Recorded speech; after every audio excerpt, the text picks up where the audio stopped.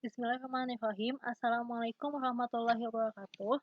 Saya Utri Purwangestu akan melanjutkan pembahasan dari tesis Nur Halimah mengenai analisis statistika dua jalur atau two-way ANOVA untuk mengetahui perbedaan kemampuan berpikir kritis pada mata pelajaran Quran Hadis di madrasah aliyah, yang dimana ini dilihat dari pertama, faktor asal sekolah yaitu SMP, MTS, dan juga pendidikan dinia. Dan yang kedua adalah model pembelajaran yang digunakan yaitu think per share, think per square, dan konvensional.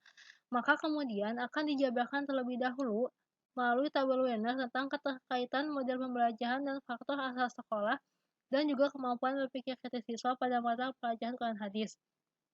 Dapat dilihat pada tabel Wiener yang ada di dalam slide, terdapat bagian kemampuan yang diukur yaitu kemampuan berpikir kritis mata pelajaran Quran Hadis di madrasah aliyah, yang dimana model pembelajaran yang diterapkan adalah think per share, think per square, dan konvensional. Kemudian asal sekolahnya adalah SMP, MTS, dan pendidikan dinia, di mana pada keterangannya dapat dijabarkan yang pertama, KBKR TPS SMP adalah kemampuan berpikir kritis siswa yang belajar menggunakan model TPS dan berasal dari SMP. Selanjutnya adalah KBKR TPSQ SMP, yaitu kemampuan berpikir kritis siswa yang belajar menggunakan model TPSQ dan berasal dari SMP.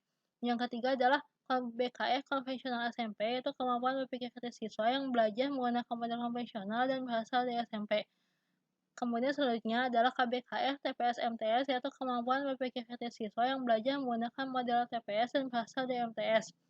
Kemudian KBKR TPSQ MTS adalah kemampuan berpikir siswa yang belajar menggunakan TPSQ dan berasal dari MTS. Dan kemudian KBKR konvensional MTS adalah kemampuan berpikir kritis siswa yang belajar menggunakan model konvensional dan berasal dari MTS.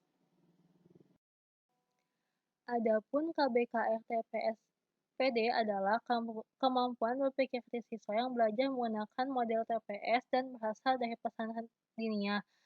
Selanjutnya, KBKR TPS QPD adalah kemampuan berpikir kritis siswa yang belajar menggunakan model TPSQ dan berasal dari pesantren dinia.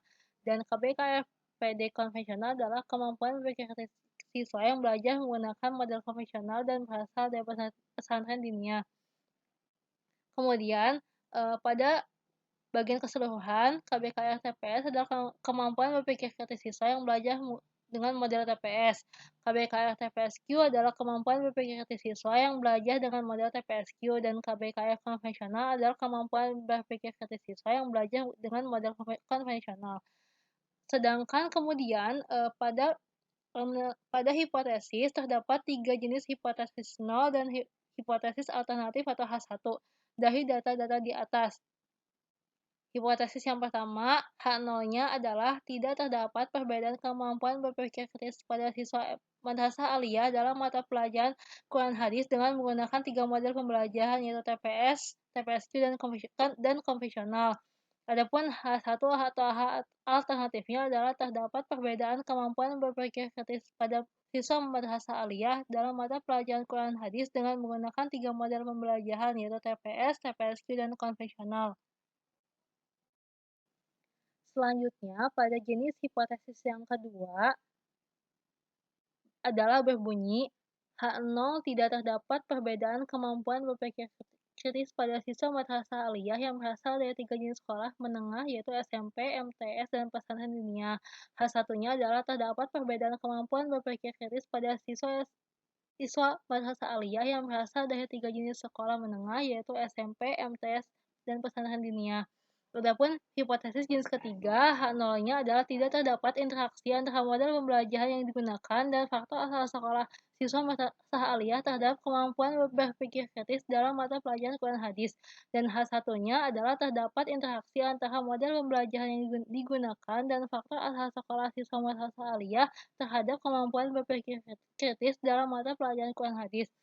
Dan selanjutnya kemudian dilakukan langkah-langkah analisis dengan menggunakan ANOVA 2 jalur atau two-way ANOVA melalui uji normalitas nilai residual standar dan uji homogenitas varian.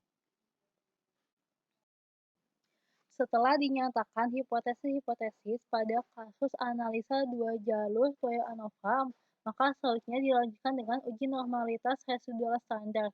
Berdasarkan tabel Test of Normality, terlihat bahwa nilai residual standar pada metode Kolmogorov-Smirnov memiliki nilai 0,2 ribu, yang berarti ini lebih besar dari 0,05, dan pada metode Sapir-Whorf dimiliki nilai 0,171 yang juga lebih besar dari 0,05. Maka dapat disimpulkan bahwa keduanya ini lebih besar dari 0,05 dan ini berarti nilai residual standarnya berdistribusi normal. Adapun untuk sebaran nilai residual standarnya akan tampak seperti yang akan digambarkan selanjutnya. Nah, seperti tampak di layar, normal QQ-plot standar residual kemampuan berpikir kritis pelan hadis adalah tampak seperti ini. Terlihat bahwa sebagian besar data nilai residual standar dari kemampuan berpikir kritis pada mata pelajaran Quran hadis berada di sekitar garis, sehingga hal ini menunjukkan bahwa nilai residual standar dari nilai kemampuan berpikir kritis pada mata pelajaran Quran hadis adalah berdistribusi normal. Selanjutnya, dikarenakan nilai residual standar berdistribusi normal, maka syarat pertama untuk melakukan uji tuai ANOVA telah terpenuhi, dan pengujiannya kemudian dilanjutkan dengan analisis varians dari data-data yang ada, yaitu melalui tuai ANOVA Univariate Analysis of Variance, yang memiliki beberapa tahapan, yang kemudian akan dilanjutkan penjelasannya oleh rekan saya, yaitu Kang Sufyan Fadlul Rafi. Terima kasih.